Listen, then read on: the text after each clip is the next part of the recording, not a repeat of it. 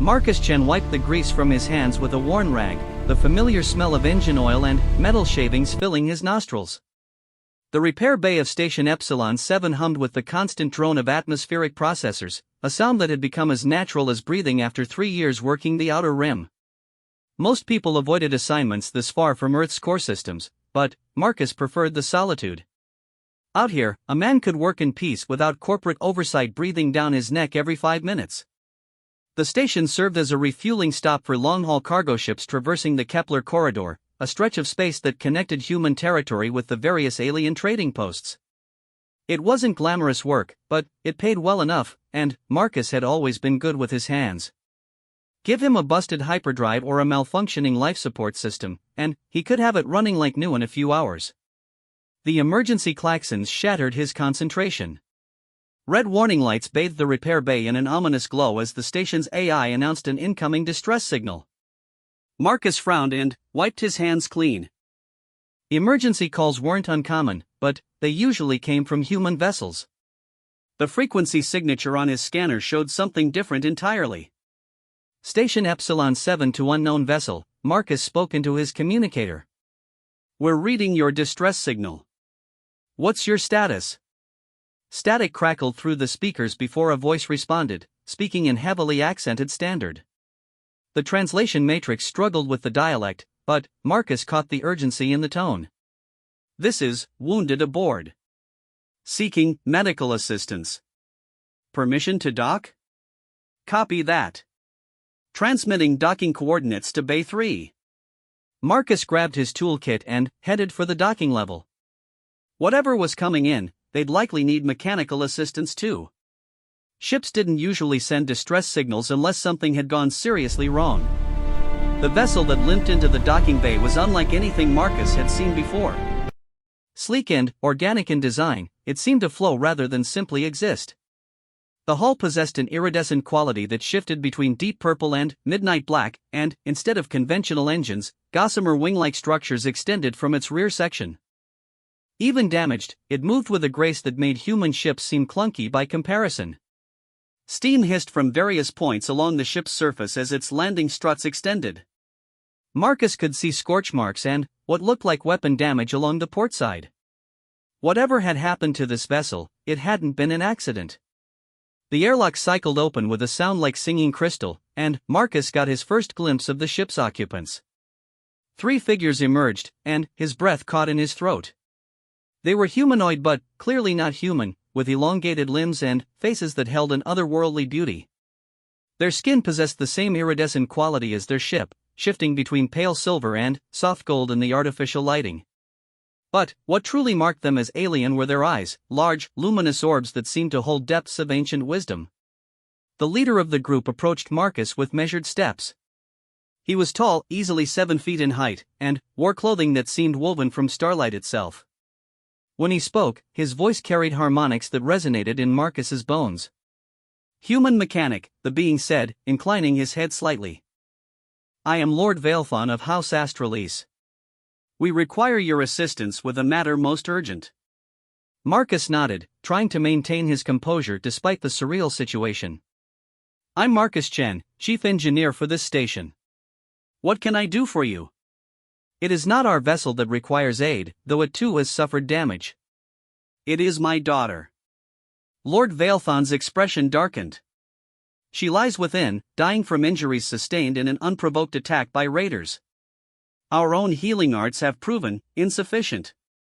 The admission seemed to cost the alien lord considerable pride. Marcus could see the pain in those luminous eyes, the desperate love of a father watching his child slip away. Whatever these beings were, they felt lost just as keenly as humans did. I'm not a doctor, Marcus said carefully. I fix machines, not people. The station has a basic medical bay, but it's designed for human physiology. We have tried everything within our knowledge, another voice said. This speaker was female, her voice carrying notes of barely contained grief. The raiders used weapons designed to disrupt our natural healing abilities. The wounds fester despite our efforts, and her life force continues to fade. Lord Vailthon stepped closer, and Marcus could see the desperation behind his regal bearing. You misunderstand, human Marcus. We do not ask you to heal her as a physician would. We ask you to heal her as you would repair one of your mechanical constructs. The request made no sense until Marcus remembered the stories he'd heard from other mechanics who'd worked alien contracts. Some species blurred the line between biological and technological. If these beings were among them, then, perhaps. "Show me," Marcus said simply. They led him aboard their vessel, and Marcus marveled at the interior design.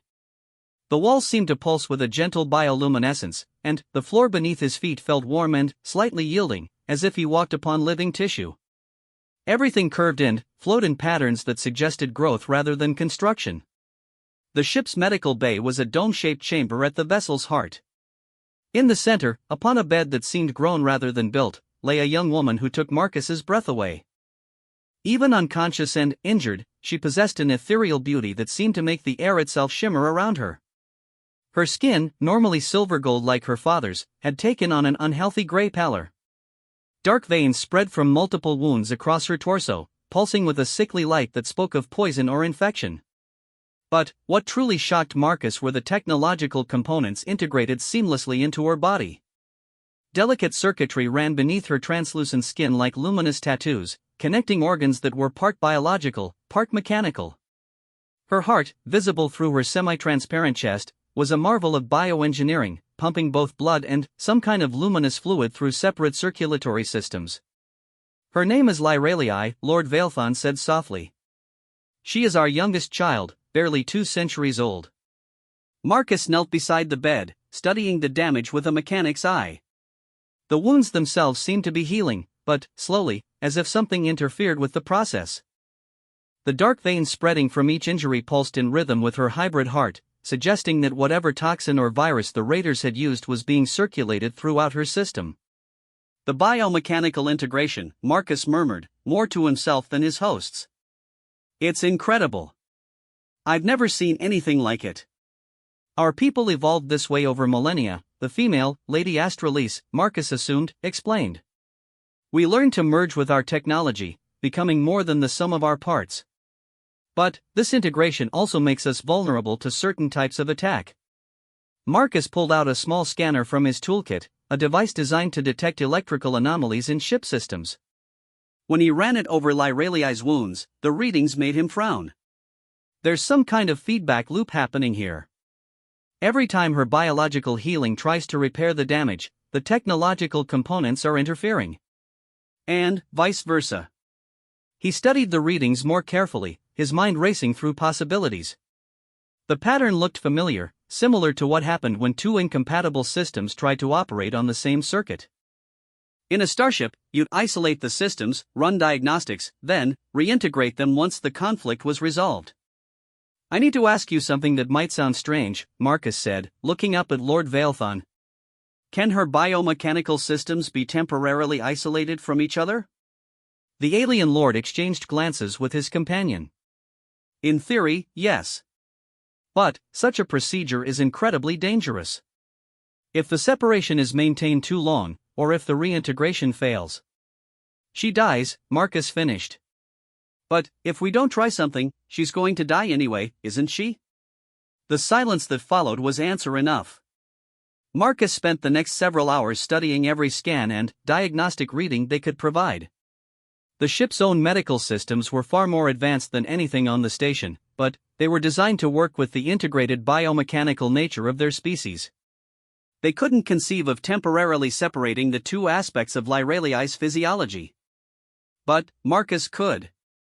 He'd spent years working with hybrid systems, human technology that incorporated alien components.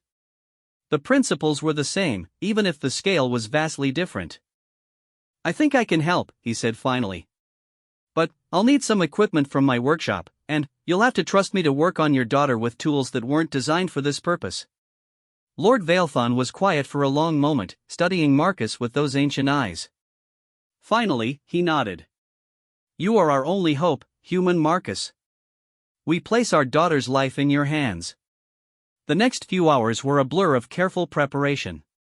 Marcus transported his most delicate instruments aboard the alien vessel, along with several pieces of diagnostic equipment he'd modified over the years. The The ship's medical bay reconfigured itself to accommodate his needs, the walls extruding tool mounts and power connections as if the vessel itself was eager to help. Lyreliai's condition continued to deteriorate while they worked. Her breathing became more labored, and the dark veins spreading from her wounds grew more pronounced. Whatever the raiders had done to her, time was running out. The procedure will require precise timing, Marcus explained as he made his final preparations. I'll need to isolate her biological and technological systems simultaneously, then purge the interference from both before reintegrating them. Even with your medical systems monitoring her vital signs, there will be a window where she's essentially running on emergency backup power. How long? Lady Astralis asked, her voice tight with worry. Best case scenario? 15 minutes. Worst case. Marcus didn't finish the sentence. They all knew what the worst-case scenario meant. Lord Vailthon placed a hand on his daughter's forehead, whispering something in his native language. Then, he stepped back and nodded to Marcus. Begin. Marcus connected his diagnostic leads to the biomechanical interfaces visible beneath Lyreliai's skin. His scanner reading showed the conflict between her systems more clearly now. Each time her biological healing factors tried to repair the cellular damage, her technological components registered it as a system error and attempted to compensate. The resulting feedback loop prevented either system from functioning properly. Starting system isolation, Marcus announced, his hands moving with practiced precision across his modified control panel. Technological systems first. Slowly, carefully, he began to route power and control signals away from Lyreliai's integrated technology. Her luminous circuitry dimmed as components went into standby mode. Her hybrid heart continued beating, but Marcus could see on the monitors that it was operating in purely biological mode now. Biomechanical integration at 20%, he reported. 15%. 10%. The moment of truth arrived. With a final adjustment, Marcus completed the separation. For a heartbeat, Lyreliai's vital signs wavered as her body adjusted to operating without its technological enhancements. Then, her purely biological systems took over, and Marcus began the delicate work of purging the Raider's toxin. Without the interference from her technological components, Lyreliai's natural healing abilities surged back to life. The dark veins began to fade as her body recognized and fought off the alien toxin. But Marcus knew that her biological systems alone weren't enough to sustain her indefinitely. He had to work quickly. Using techniques borrowed from cleaning contaminated circuits, Marcus carefully purged the toxin from her technological components while they remained isolated. It was painstaking work, requiring him to trace each pathway and ensure no trace of the interference remained. 14 minutes, Lady Astralis announced, her voice strained. Marcus's hands flew over his controls, completing the purge and beginning the reintegration process. This was the most dangerous part. If he moved too quickly, the shock might kill her. Too slowly, and her biological systems would fail from the strain of operating alone. Beginning reintegration, Marcus said, sweat beading on his forehead despite the cool air. 5% integration. 10%. Lyreliai's circuitry began to glow softly as her technological components came back online. Her hybrid heart strengthened, pumping both blood and the luminous biomechanical fluid with renewed vigor. 15%. 20%. The dark veins had almost completely faded now, her body's natural healing accelerated by the return of her technological enhancements. Her skin began to regain its healthy silver-gold luster. 25%. 30%. A soft sound escaped Lyreliai's lips, not quite a moan, not quite a sigh. Her eyelids fluttered, and, for the first time in hours, her breathing seemed natural and unforced. Integration complete, Marcus announced as the final connections came online. All systems showing green across the board. For a moment, nobody moved. Then, Lyreliai's eyes opened, large, luminous orbs like her father's, but with flecks of gold that made them uniquely her own. She looked around the medical bay with obvious confusion before her gaze settled on Marcus. Who? She began, her voice melodic even in its weakness. Lyreliai. Lady Astralis rushed to her daughter's side, tears streaming down her face. My beloved child, you have returned to us. Lord Vailthon approached more slowly, his regal composure cracking to reveal the overwhelmed father beneath. The humans saved you, he said simply. When our own abilities failed, his knowledge found a way. Lyralii turned her attention back to Marcus, studying him with an intensity that made him uncomfortable. A mechanic, she said, and there was wonder in her voice. You treated me like one of your machines. In a way, yes, Marcus admitted. Your biomechanical integration was fascinating from an engineering perspective. The Raider's weapon created an interference pattern between your biological and technological systems. All I did was isolate them long enough to clear the interference. All you did, Lyralii repeated, a smile playing at the corners of her mouth. You make it sound simple. The principle was simple, Marcus said. The execution was more challenging. Lord Vailthon stepped forward, and, when he spoke, his voice carried the weight of formal declaration. Human Marcus Chen, you have saved the life of my daughter and heir. House Astralis stands in your debt. Marcus felt uncomfortable with the formal gratitude. I just did what any decent person would do. You don't owe me anything. The alien lord's expression suggested he disagreed strongly with that assessment, but, before he could respond, alarms began sounding throughout the ship. The soft bioluminescence of the walls shifted to a warning red as the ship's AI announced an incoming threat. Raiders, spat one of Lord Vailthon's companions, who had been monitoring their perimeter. 3 ships, closing fast. They must have followed our trail. Marcus felt a chill run down his spine. The beings who had attacked Lyralii were coming back to finish the job, and Station Epsilon 7 had minimal defensive capabilities. The repair station was designed for maintenance work, not combat. We need to get back to the station, Marcus said, gathering his equipment. The docking bay has emergency blast doors that might buy us some time. No, Lord Vailthon said firmly. We will not cower behind your barriers while these honorless ones threaten innocent civilians. House Astralis has debts to repay, and we shall repay them in the manner of our choosing. Lyralii struggled to sit up, her father immediately moving to support her. I can fight, she insisted, though her voice still held traces of weakness. You can barely stand, Marcus protested. You just recovered from being poisoned. You need rest, not another battle. You do not understand, Lyralii said, her luminous eyes meeting his. I am not merely the daughter of a noble house. I am a Voidwalker, trained in the ancient arts of space combat. These raiders have attacked my family, threatened my life, and now they dare to threaten the one who saved me.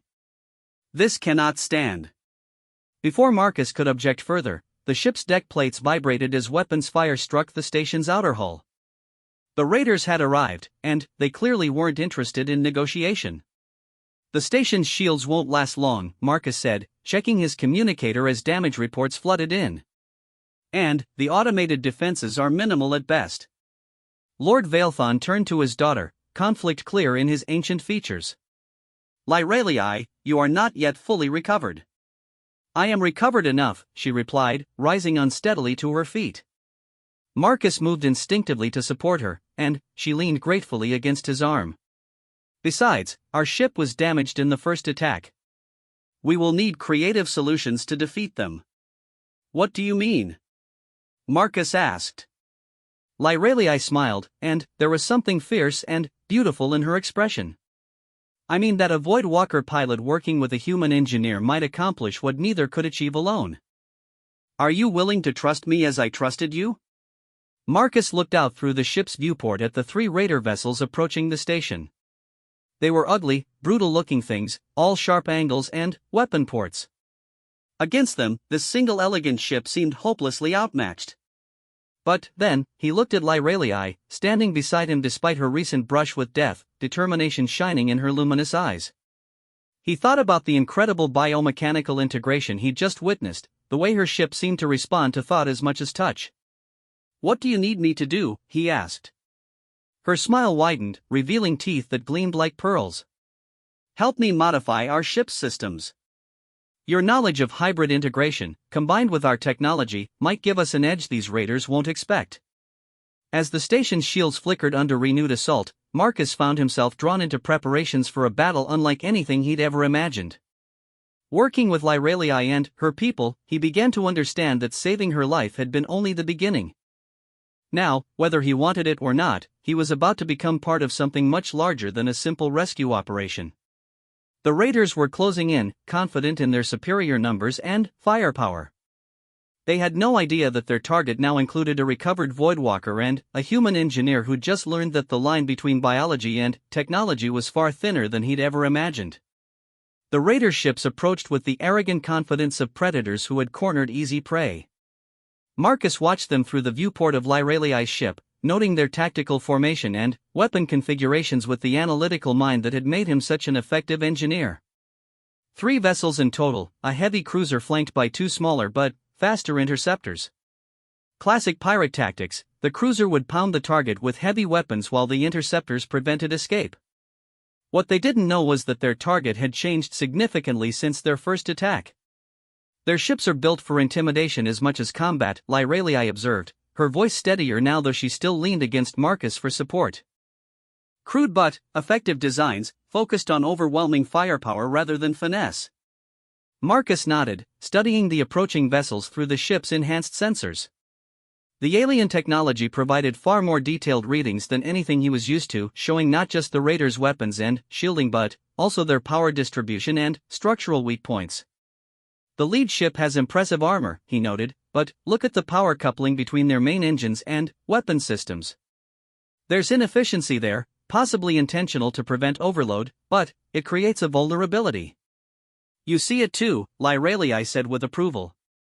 A simultaneous strike at the right moment could cascade through their entire power grid. Lord Veilfon approached from the ship's control center, his expression grim. The station's shields are failing. We estimate perhaps 10 minutes before they break through to the main structure. Marcus felt a stab of concern for the handful of other station personnel who might still be aboard. Most would have evacuated to the emergency shelters, but the station's AI and automated systems represented years of his work. More importantly, innocent people would die if the raiders decided to take their frustration out on civilians. Then, we move now, Lyralii decided. Father, I need you to prepare for emergency undocking. And, Marcus. She turned to face him directly, her luminous eyes intense. I need you to help me do something that goes against every safety protocol your people have ever written. What do you have in mind? A direct neural interface with the ship's systems, augmented by your understanding of hybrid technology. Lyralii gestured toward a section of the ship's control center where crystalline structures grew from the walls like organic circuit boards. Normally, our ships respond to our thoughts and emotions, but only within carefully established parameters.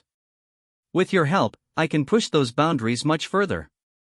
Marcus stared at the biomechanical interface, beginning to understand what she was proposing. You want to overclock your ship's systems using your own nervous system as a processing matrix. Precisely. But such an interface carries enormous risks without proper safeguards. I need someone who understands both biological and technological systems to monitor the integration and prevent catastrophic feedback. Lyralii, no, Lady Astralis interjected, having overheard the conversation. You nearly died from interference between your systems mere hours ago. This could kill you. Mother, these raiders came here to finish what they started, Lyralii replied firmly. They will not stop with just our ship. They will destroy the station, kill anyone aboard, and move on to their next target. I will not allow that to happen, especially not to the one who saved my life. Marcus felt the weight of responsibility settling on his shoulders. The logical part of his mind screamed that this was insane. He was a mechanic, not a doctor or a soldier. But another part, the part that had always driven him to push boundaries and find creative solutions to impossible problems, was fascinated by the possibilities. What exactly would this interface allow you to do? He asked. Complete integration with the ship's consciousness, Lyralii explained. Instead of simply directing its actions, I would become the ship, at least temporarily. Every sensor would be an extension of my nervous system, every weapon an extension of my will. In theory, it would allow for combat maneuvers and tactical responses far beyond normal parameters. And, in practice? In practice, no one has ever attempted it and survived, Lord Vailthon admitted grimly. The neural load alone would overwhelm most minds within seconds. Marcus studied the interface more closely, his engineer's instincts taking over. The crystalline structures pulsed with soft light, and he could see the intricate patterns etched into their surfaces. Biological neural networks merged seamlessly with quantum processing matrices. It was like nothing he'd ever encountered, yet the underlying principles reminded him of the neural link systems used in some experimental human spacecraft. I might be able to help with the neural load issue, he said slowly. If I can set up a buffering system, something to filter and process the data stream before it reaches your consciousness. Marcus, you cannot seriously be considering this, Lady Astralis protested. Another impact shook the station, more violent this time. Through the viewport, Marcus could see atmosphere venting from a breach in one of the outer sections. The raiders were no longer content to simply threaten, they were actively destroying the station. I'm considering it because it might be our only chance, Marcus replied. 3 ships against 1, and ours is damaged. We need an edge, and this might be it. Lyralii squeezed his arm gently. You do not have to do this. You have already done more than anyone could ask. Marcus looked at her, then, at her parents, then, out at the station where he'd spent 3 years of his life. The choice, when it came down to it, wasn't really a choice at all. Tell me what you need me to do. The next few minutes were a blur of frantic preparation. While Lord Vailthon readied the ship for undocking, Marcus worked with Lyralii to configure the neural interface. The ship's medical systems provided him with real-time monitoring of her biomechanical integration, while his own equipment allowed him to design buffering protocols that would prevent dangerous feedback loops. The key is gradual integration, Marcus explained as he calibrated the interface. Instead of connecting all systems at once, we'll bring them online one at a time, allowing your nervous system to adapt to each new input before adding the next. And if something goes wrong? Lyralii asked, settling into the interface chair as crystalline tendrils emerged from the ship's walls. Then, I disconnect you immediately, Marcus said firmly. No matter what's happening in the battle, your safety comes first. Lyralii smiled.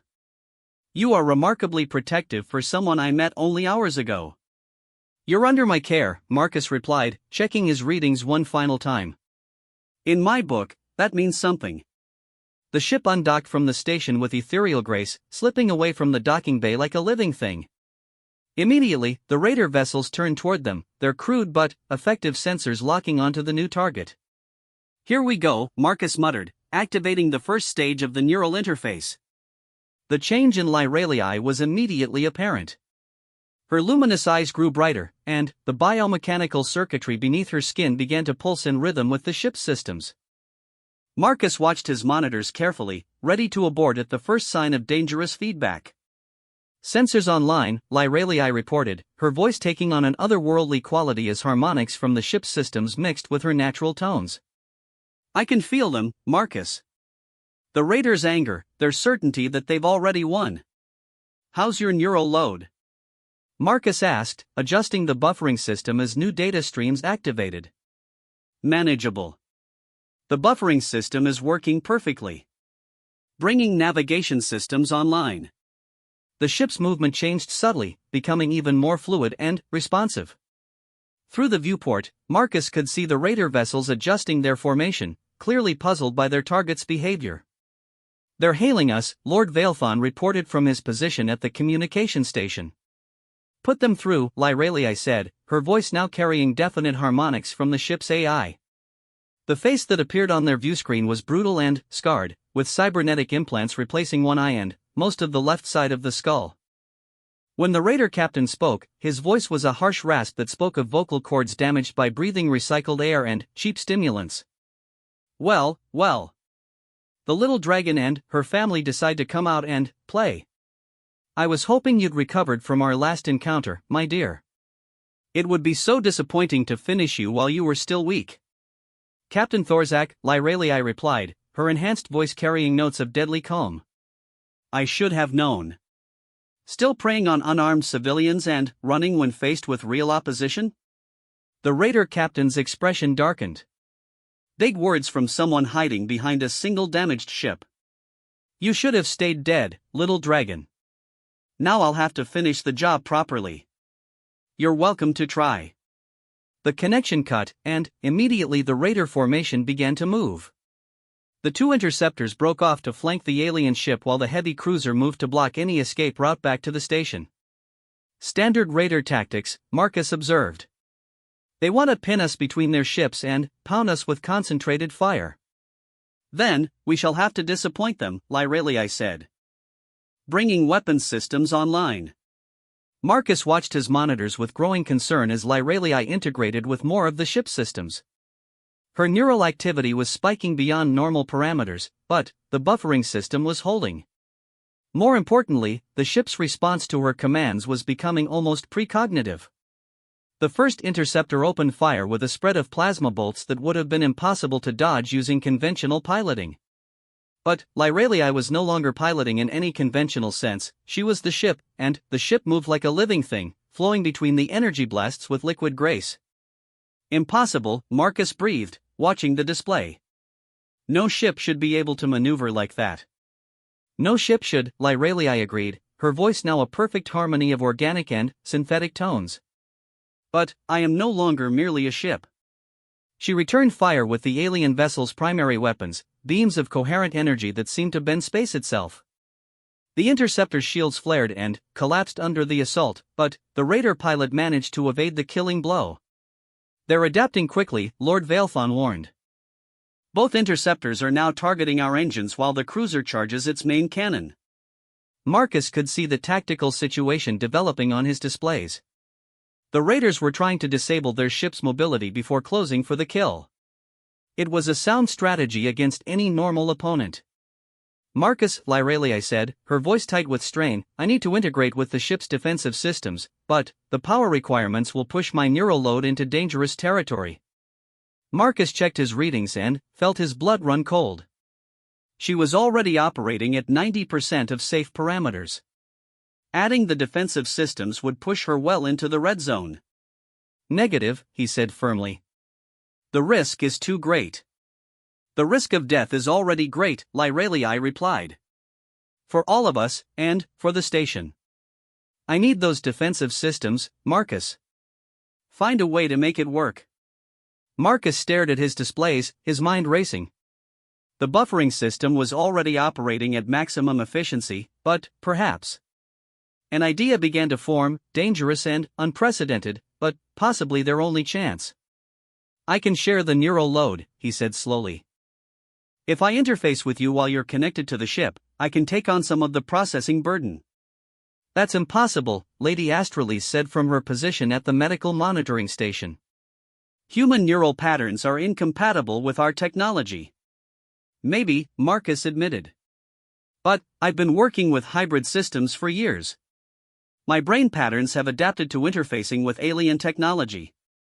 It might work. And, if it doesn't? Lord Vailthon asked. Then, we die fighting instead of just dying, Marcus replied grimly. The ship shuddered as both interceptors opened fire simultaneously, their coordinated attack overwhelming the vessel's standard evasive capabilities. Warning lights flashed as hull breaches were reported in non-critical sections. Decide quickly, Lyralii said through gritted teeth.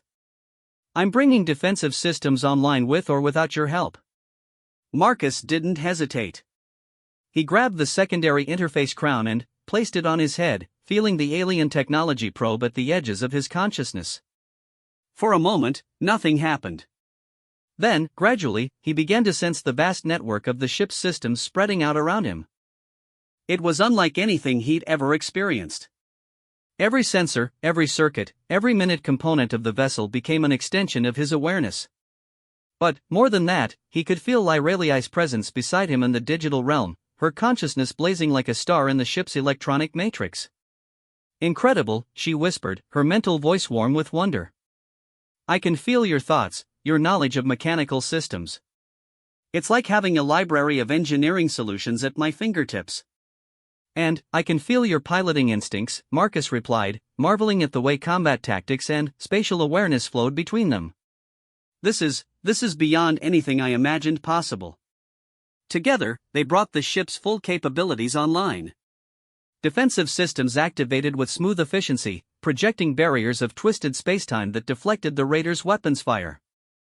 Engines responded with power outputs that exceeded their normal specifications, sending the ship dancing through space in patterns that defied conventional physics. But the true revelation came when they began to work together, combining Marcus's understanding of system optimization with Lyraliai's tactical brilliance. The ship became something more than either biological or technological. It became a perfect synthesis of both, responsive to thought and emotion while maintaining the precision of engineered perfection. "The interceptors are breaking formation," Lord Vailthon reported, awe clear in his voice. "They've never seen anything like this." "Neither have we," Marcus replied, guiding the ship through a series of maneuvers that used the raiders' own momentum against them. "But we're learning fast." The first interceptor fell to a precisely calculated strike that used its own weapon energy to overload its power systems. The second lasted longer, its pilot showing genuine skill, but ultimately succumbed to the overwhelming tactical advantage that the neural interface provided. That left the heavy cruiser, and Captain Thorzak was clearly not pleased with the turn of events. "Enough games," his voice snarled over the communication channel. "If I can't have your ship, I'll settle for your ashes." The cruiser's main cannon, a weapon designed for destroying space stations, began to charge. Marcus could feel the massive energy buildup through the ship's sensors, a concentration of destructive force that would vaporize them regardless of any defensive measures. "We need to end this now," Lyraliai said, her mental voice strained from the sustained neural interface. "That weapon will punch through our defenses like they don't exist." "Then, we don't give it the chance to fire," Marcus replied, an idea forming from their shared consciousness. "Remember what I said about their power coupling inefficiencies?" "Yes, but we'd need to strike at exactly the right moment, with exactly the right amount of force." "We have exactly the right amount of force," Marcus said, his awareness encompassing the ship's entire arsenal. "And we have exactly the right timing. Trust me." Together, they guided the ship in a direct approach toward the cruiser, seemingly offering themselves as an easy target for the massive main cannon. The raider captain took the bait, pouring all available power into his primary weapon system. At the moment of maximum charge, when the cruiser's entire power grid was stressed to its limits, Marcus and Lyraliai struck. Not with their most powerful weapons, but with precisely calibrated strikes at the specific points where the ship's power coupling was most vulnerable. The cascade failure was spectacular. The cruiser's own weapon energy, unable to discharge properly through the damaged systems, reflected back into the ship's core. Secondary explosions rippled through the vessel as overloaded conduits sparked and failed. Within seconds, the mighty raider cruiser was reduced to a drifting hulk, its crew scrambling for escape pods. "Impossible," Captain Thorzak's voice crackled over the emergency frequencies. "No one could have calculated that strike so precisely." "Apparently someone could," Marcus replied, slowly disconnecting from the neural interface as the immediate threat passed. "I suggest you reconsider your career choices, Captain." As the escape pods scattered into deep space, Marcus found himself back in his own consciousness, though the memory of shared awareness with Lyraliai lingered like a half-remembered dream. She was slumping in the interface chair, exhaustion clear in her luminous features, but alive and whole. "That was..." she began, then shook her head. "There are no words for what that was." "Unprecedented," Lord Vailthon said, his voice filled with wonder. "In all our history, no one has ever achieved such complete synthesis between biological consciousness and ship systems." Marcus helped Lyraliai from the interface chair, noting that her biomechanical circuitry was still pulsing more brightly than normal. "How do you feel?" "Different," she admitted. "Changed. The experience has left imprints." "I can still sense the ship's systems, even without the direct interface." "Is that dangerous?" Marcus asked, concern clear in his voice. "No," Lyraliai smiled. "It's wonderful. It's like I've grown new senses. And you." She looked at him with an expression that mixed gratitude, wonder, and something deeper. "You shared that experience with me. You risked your own mind to help save my people and your station." Marcus felt heat rise in his cheeks. "I just did what needed to be done." "What you did," Lord Vailthon said formally, was forge a new form of consciousness, a bridge between our peoples that has never existed before. The implications of this achievement cannot be overstated. As they spoke, reports began coming in from the station. The automated repair systems were already working to seal the hull breaches, and the few personnel who had remained aboard were safe. The raiders' attack had been repelled with minimal damage, thanks to their intervention. But Marcus sensed that the victory, significant as it was, represented only the beginning of something much larger. The neural interface he'd shared with Lyralii had opened new possibilities, created connections that transcended the boundaries between species, between biological and technological consciousness. "What happens now?" he asked, looking out at the stars beyond the viewport. "Now," Lyralii said, her eyes bright with possibility, "we discover what we've truly created together. And I suspect that discovery will change both our peoples in ways we cannot yet imagine." The station's emergency lights had returned to normal, and the immediate crisis had passed. But, as Marcus looked at Lyralii, at her family, and at the incredible ship that had become briefly a part of his own consciousness, he realized that his quiet life as a station mechanic was over. What lay ahead was uncharted territory, a future where the boundaries between human and alien, between biological and technological, might prove to be far more fluid than anyone had ever imagined. 3 weeks after the raider attack, Station Epsilon 7 had become something entirely different from the quiet repair outpost Marcus had called home. Ships arrived daily now, not just human vessels seeking maintenance, but craft from across the galaxy carrying diplomats, scientists, and curious observers, all wanting to witness the unprecedented alliance between human engineering and alien consciousness. Marcus stood in what used to be his simple repair bay, now expanded into a state-of-the-art research facility. Holographic displays showed the results of their ongoing experiments, while teams of human and alien scientists worked together to understand the implications of biomechanical neural integration. The quiet solitude he'd once cherished seemed like a distant memory. "The neural pathway analysis is complete," Dr. Sarah Chin announced from the central workstation. She was Marcus's cousin, recruited from Earth's premier Xenobiology Institute to head the research team. "The integration patterns are stable and show no signs of degradation. If anything, they're becoming stronger." Marcus nodded, though his attention was focused on Lyralii as she emerged from the latest round of neural interface testing. Even 3 weeks later, her ability to merge with ship systems continued to evolve and improve. What had started as an emergency procedure had become something approaching a new form of existence. "The ship responds even more readily now," Lyralii reported, settling into a nearby chair with the fluid grace that had become her trademark. "I barely need to think a command before the systems begin responding." "And the human neural patterns?" Dr. Chen asked, turning to Marcus. "Still adapting," Marcus replied, checking his own bioreadings. "Every time we interface together, it becomes easier to process the data streams. It's like my brain is learning a new language at the cellular level." Lord Vailthon observed the proceedings from his position near the main display, his expression thoughtful. Over the past weeks, he had become an unofficial ambassador between House Astralis and the growing coalition of species interested in their work. "The Council of Houses has reached a decision," he announced. "They wish to formally invite you to visit our homeworld, Marcus Chen." The invitation had been expected but was no less significant for that. House Astralis was one of the most influential noble families among their people, and their homeworld, Etheresia Prime, served as a center of culture and learning for their entire civilization. "It's an incredible honor," Marcus said carefully. "But I have responsibilities here. The research is at a critical phase, and the research can continue on Etheresia Prime," Lyralii interjected, her luminous eyes bright with anticipation.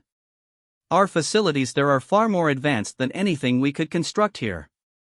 More importantly, there are others of my people who wish to attempt the neural interface." "Others?" Dr. Chen looked up from her readings with obvious interest. "How many others?" "Nearly 50 volunteers from various houses," Lord Vailthon replied. "Pilots, engineers, scholars, all eager to explore the possibilities that you and my daughter have discovered. But they wish to work with the one who pioneered the technique." Marcus felt a familiar mix of pride and trepidation. The neural interface had indeed opened incredible possibilities, but each attempt carried risks. Even with all their advances, they still didn't fully understand the long-term effects of biomechanical consciousness integration. "There's something else," Lyralii added, her voice taking on a more serious tone. "Intelligence reports suggest that other raider groups have heard about what happened here. They're calling it the Dragon's Awakening, and they're interested." "Interested how?"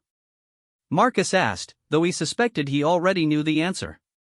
"They want the technology for themselves," Lord Vailthon said grimly. "A neural interface that allows perfect ship control would make any raider force exponentially more dangerous. Several groups have already begun moving toward astralease space, hoping to capture you or force you to share the technique." Marcus ran a hand through his hair, feeling the weight of responsibility settling on his shoulders once again. 3 weeks ago, he'd been a simple mechanic. Now he was apparently the key to a technology that could reshape space combat across the galaxy. "On Etheresia Prime, you would be under the protection of the entire Astralease fleet," Lyralii continued. "And you would have access to resources that could help us develop safeguards against misuse of the technology." "It's not just about protection," Dr. Chen added, studying her research data. "The biomechanical architecture of their homeworld could provide insights we can't get anywhere else. If we're going to truly understand this neural integration, we need to see it in its native environment." Marcus looked around the research facility that had become his world over the past weeks. Human and alien scientists worked side by side, sharing knowledge and breaking down barriers that had existed for generations. It was remarkable, but it was also just the beginning. "When would we leave?" he asked. "Immediately," Lord Vailthon replied. "The transport ship Star Weaver arrived this morning. It's specifically designed for long-range diplomatic missions and has been modified with the latest research equipment." "Transport ship?" Marcus raised an eyebrow. "What happened to your original vessel?" Lyralii smiled. "She's still here, of course. But, after our modifications, she's become something unique. The ship's AI has evolved beyond its original parameters. We've decided to leave her here as part of the research station, a living example of biomechanical synthesis." The idea of leaving the ship behind seemed somehow wrong to Marcus. During their neural interface, he'd briefly experienced consciousness from its perspective, felt the vast intelligence that dwelt within its crystalline matrix. It had become, in a very real sense, a friend. "She understands," Lyralii said softly, clearly reading his expression. "And she will continue to help train others who wish to attempt the interface. Think of her as the first teacher in a new form of education." Over the next several hours, Marcus found himself swept up in preparations for departure. The research team would split, with half remaining to continue work at the station while the other half accompanied them to Etheresia Prime. Dr. Chen had volunteered to lead the advance team, her enthusiasm for the project overriding any concerns about traveling to an alien world. As evening fell over the station, Marcus found himself alone in the ship's biomechanical interface chamber. The crystalline structures still pulsed with soft light, and he could feel the ship's consciousness lurking at the edges of his awareness. "I know you're listening," he said aloud, feeling slightly foolish for talking to a ship. The response came not as words but as a warm sensation of acknowledgement, a presence that touched his mind with gentle curiosity. "I'm going to miss this," Marcus continued. "These past weeks, working with you and Lyralii, it's been the most incredible experience of my life."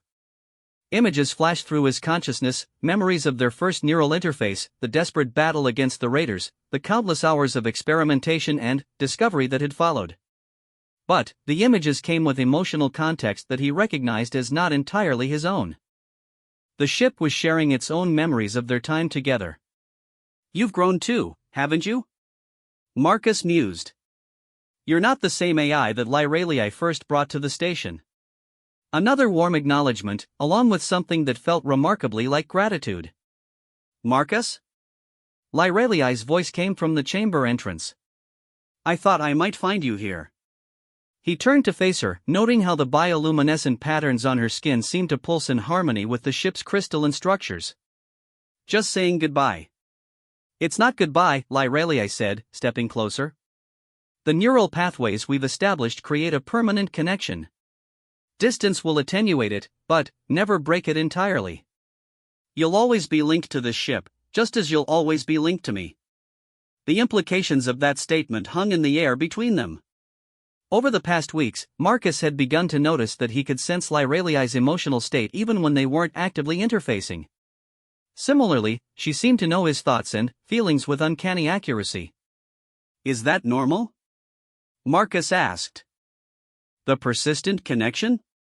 "There's nothing normal about what we've created," Lyraliai replied with a smile. "But, if you're asking whether it concerns me, the answer is no. If anything, I find it comforting." Marcus felt heat rise in his cheeks. The connection between them had grown beyond mere professional collaboration, though neither had yet addressed the personal implications directly. "Lyraliai, I need to ask you something, and I need you to be completely honest." "Always," she said, moving close enough that he could see the golden flecks in her luminous eyes. "When you first suggested the neural interface, back during the battle, did you know this would happen? The persistent connection, the way we can sense each other?" Lyraliai was quiet for a long moment, her expression thoughtful. "I suspected something might develop," she admitted finally. "Neural interfacing among my people occasionally creates lasting bonds, though nothing as intense as what we've experienced. But, Marcus, you must understand, I would never have suggested it purely for personal reasons. The danger was too great." "But, you hoped?" "I hoped," she confirmed, her voice soft. "From the moment you saved my life, I felt something I had never experienced before. Working with you, seeing how you approached problems with such creativity and determination, yes, I hoped that our connection might deepen." Marcus reached out and took her hand, marveling at how the biomechanical circuitry beneath her skin responded to his touch with gentle pulses of light. "What happens now? Between us, I mean?" "That depends," Lyraliai said, intertwining her fingers with his. "Are you prepared for a relationship that transcends normal boundaries? When we're together, especially during neural interface, our thoughts and emotions become shared experiences. Privacy, as most people understand it, becomes impossible." Marcus considered this, thinking about the implications. Traditional human relationships were built on gradual revelation, the slow process of getting to know another person over time. What Lyraliai was describing was something far more immediate and intense. "It's terrifying," he admitted. "And wonderful. And unlike anything I ever imagined possible." "Then, you understand perfectly," Lyraliai said with a laugh. "Because that's exactly how I feel about it too." They stood together in the ship's consciousness chamber, surrounded by the gentle pulse of crystalline technologies that had brought them together. Through their growing mental connection, Marcus could feel the ship's approval of their relationship, a warm benediction from an intelligence that had played matchmaker as much as it had served as a weapon. "The Star Weaver departs at dawn," Lyraliai said eventually. "Are you ready for Aetheresia Prime?" "I'm ready for whatever comes next," Marcus replied. "Though I have to admit, I'm nervous about meeting your people on their home ground. Here, I was just a mechanic who got lucky. There, I'll be representing all of humanity." "You'll be representing the best of humanity," Lyraliai corrected. "Your willingness to risk everything for others, your ability to see solutions where others see only problems, your complete lack of prejudice when faced with the unknown. If my people judge humanity by your example, they will find much to admire." The next morning brought controlled chaos as the research expedition prepared for departure. The Star Weaver was indeed impressive, larger than any human vessel Marcus had encountered, with the flowing organic lines characteristic of Astralese design. Unlike the smaller ship he'd become familiar with, this one seemed designed for comfort as much as functionality. Dr. Chen was practically bouncing with excitement as she supervised the loading of their equipment. "Do you realize the historical significance of this moment?" she asked Marcus as they watched human and alien crew members work together with easy cooperation. "First human to visit Aetheresia Prime, first interspecies neural interface, first true technological synthesis between our civilizations. You're going to be in history books." "I'd prefer to just focus on the work," Marcus replied. "The research is far more important than any personal recognition." Spoken like a true scientist, Dr. Chen grinned. "No wonder Cousin Sarah always said you were wasted as just a mechanic." The journey to Aetheresia Prime took 4 days at faster-than-light speeds, time that Marcus spent marveling at the Star Weaver's advanced systems and getting to know the other members of their expedition. The ship's crew was a mix of Astralese nobles and commoners, all eager to work with the human who had revolutionized their understanding of biomechanical integration. What impressed Marcus most was how quickly the barriers between species seemed to dissolve when people were working toward common goals. Human engineers compared notes with Astralese technicians, while Dr. Chen engaged in animated discussions about biological adaptation with the ship's medical staff. "Your people are remarkable," Lyralii observed on the third day, as they watched a mixed group of humans and Astralese collaborate on optimizing the ship's power distribution. "They adapt so quickly, show such enthusiasm for new ideas." "Humans are good at that," Marcus agreed. "Sometimes to our detriment, but, in this case, it's working in our favor." "It's more than adaptation," Lyralii said thoughtfully. "It's synthesis.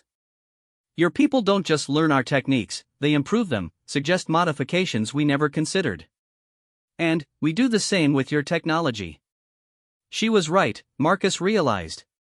The past few days had produced several breakthrough innovations that neither species could have achieved alone. Human engineering principles combined with Astralese biomechanical mastery were creating possibilities that transcended either tradition.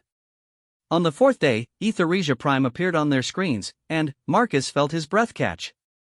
The planet was beautiful beyond description, continents that seemed to pulse with bioluminescent life, oceans that reflected aurora-like patterns in the atmosphere, and cities that looked more grown than built. Orbital structures moved in graceful patterns around the world, following paths that seemed choreographed rather than simply efficient. "Home," Lyralii said softly, her hand finding his as they stood before the main viewport. "It's incredible," Marcus breathed. "I've never seen anything like it." "Wait until you see it up close," Lord Vailthon said, joining them at the viewport. "Etheresia Prime is not just our homeworld, it's a living artwork, shaped by 50,000 years of biomechanical civilization."